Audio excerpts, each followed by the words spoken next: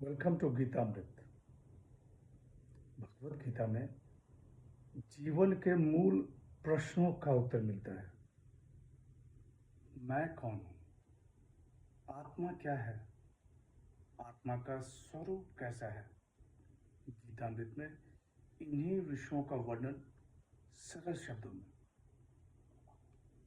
Gita is eternal science and researching Gita we get अमृत। अहम ब्रह्मास्मि, मैं आत्मा हूँ। पिछले सेशन में चर्चा की थी अध्याय 13 श्लोक 34। आज की चर्चा का विषय है अध्याय 13 का सारांश। अध्याय 13 क्षेत्र क्षेत्रज्ञ विभाग योग। अध्याय 13 में ज्ञान योग का वर्णन शुरू होता है। इस अध्याय में भगवान श्री कृष्ण ने शरीर और आत्मा का अंतर बताया है। इदम शरीरम कौन्तेय क्षेत्र मित्र विधीयते एतद्धो वेन्ति तम प्राहु क्षेत्रज्ञ इति तद्विदः। यह शरीर क्षेत्र कहा जाता है और इस शरीर को जो जानता है उसे ज्ञानी क्षेत्रज्ञ कहते हैं। भगवान श्री कृष्ण कहते हैं कि हे पार्थ, संपूर्ण क्षेत्रों में क्षेत्रज्ञ मुझे ही जानो।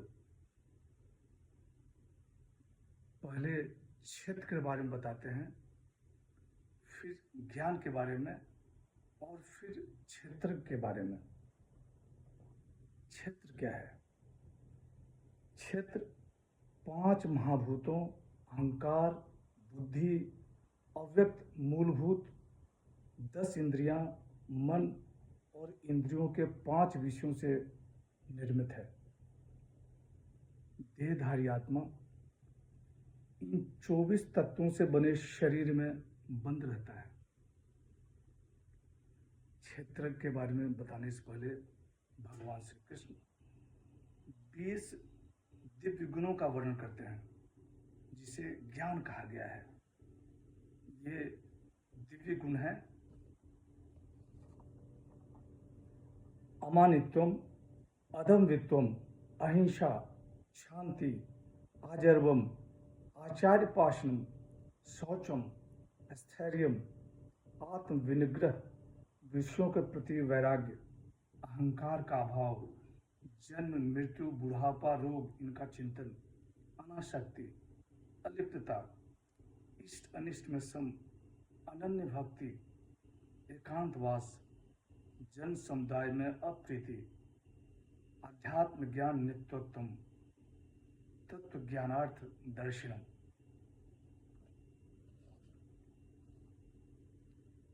भगवान श्री कृष्ण कहते हैं कि यह ज्ञान है और इसके विपरीत जो है वह अज्ञान है।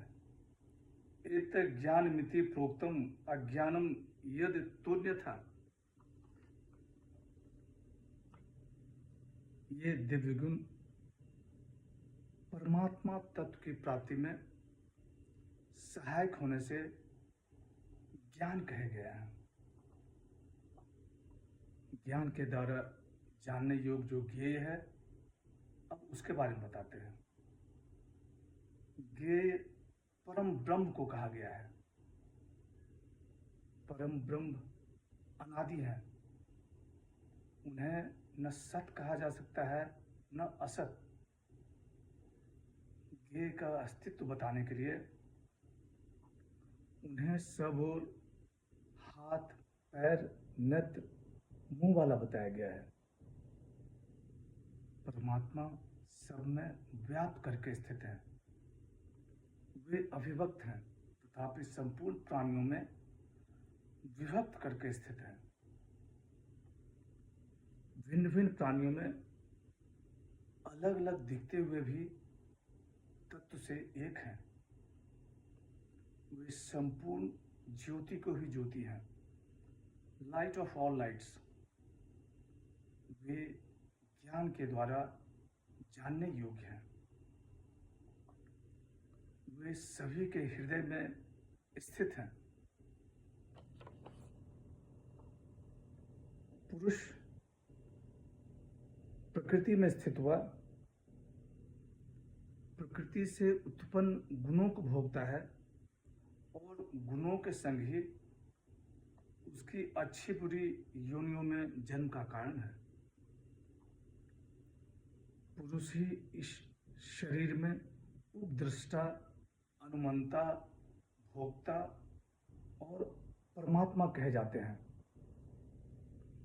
परमात्मा तत्व का अनुभव करने के लिए मनुष्य ध्यान योग, सांख्य योग और कर्म योग का मार्ग अपनाते हैं।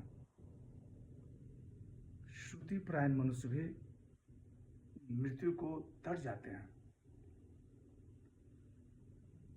चर और अचर जितने भी प्राणी पैदा होते हैं वह सब क्षेत्र और क्षेत्र के संयोग से उत्पन्न होते हैं। भगवान श्री कृष्ण कहते हैं कि जो कर्मों को प्रकृति के द्वारा किए हुए देखता है और आत्मा को अकर्ता देखता है, वही यथार्थ देखता है। जब साधक भूतों के पृथक भावों को एक परमात्मा में स्थित देखता है, तब वह ब्रह्म को प्राप्त हो जाता है। पुरुष शरीर में रहता हुआ भी न करता है न लिप्त होता है। जैसे सब जगह व्याप्त हुआ आकाश सूक्ष्म होने के कारण लिप्त नहीं होता, वैसे ही सूक्ष्म आत्मा समूचे शरीर में व्यक्त हुआ लिप्त नहीं होता है। जैसे एक सूर्य संपूर्ण संसार को प्रकाशित करता है, वैसे ही आत्मा संपूर्ण शरीर को प्रकाशित करता है। संसार को प्रकाशित करना सूर्य का स्वभाव, वैसे ही शरीर को प्रकाशित करना आत्मा का स्वभाव। क्षेत्र और क्षेत्र की जानकारी ज्ञान रूपी नेत्र के द्वारा ही संभव है। जो साधक अमानित्व आदि मोक्ष के साधन से क्षेत्र और क्षेत्र के भेद को जान लेते हैं और अमानित्व आदि गुणों को समझकर वैसे ही आचरण करते हैं, वे बंधन से मुक्त होकर परमात्मा को प्राप्त हो जाते हैं। आज की चर्चा यही समाप्त करते हैं। अध्याय 13 का सारांश समाप्त हुआ। अगले सेशन में अध्याय 14 गुण त्रय विभाग योग पर चर्चा करेंगे। 3 modes of material nature।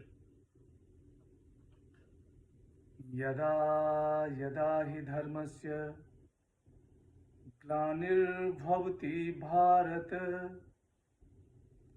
अभ्युत्थानम् अधर्मस्य तदात्मानं सृजाम्यहम्। Hare Krishna.